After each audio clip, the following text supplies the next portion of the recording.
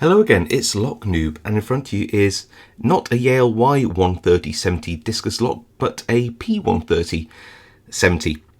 So it's a 70mm in diameter discus lock. This particular one is made in China, and what can I say about this other than, well, it's kind of just a cool Yale discus lock, and it was from that salesperson's travelling Yale locks kit, which I got given by some friends, which is really awesome. Like a lot of these discus locks, they're a little harder to pick than you might think. So, number one, they actually have quite a small keyway. This one isn't particularly thin, but it is quite small. The other thing is that these, well, I'll show you with a key, so let's put this in. Even when turning with a key, they are quite heavy. I don't know what it is exactly, but it's hard to give it a turn around, and this is not something which is unusual for these discus locks. So tensioning it can be difficult. In terms of the bitting, pretty good. As you can see, it's a small keyway, but we have some zero lifts and some max cuts. Yeah, very cool. So I think the best thing we can do is throw this in a vise and get picking it. So we're in the vise, and it's quite hard to get these to stay in. It's held in really, really tightly, just so that it can be held for the camera. I've got a bit of bent wiper blade, which has been thinned down at one end, which is kind of cool. And that will go in this way around, I think. One of the way arounds fits nicely. Yeah, that'll do. And it's got a very strong, look at this, sort of core spring happening here. Maybe the way around, a little shorter piece there.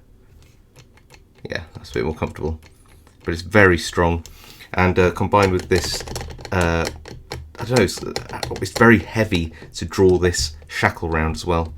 Got a Southall Max 07B, reminder of the bitting, which for a very small cord lock is pretty good with this zero lift and this max cut before and after it.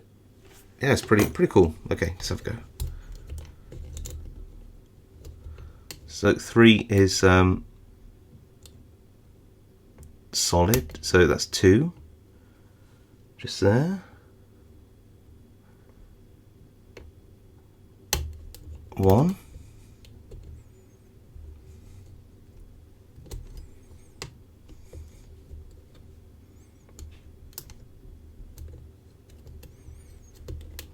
Back to 1 again.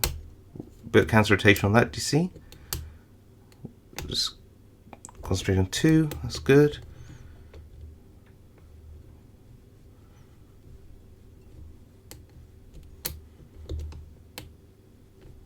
Oh, that's 4, and we have an open.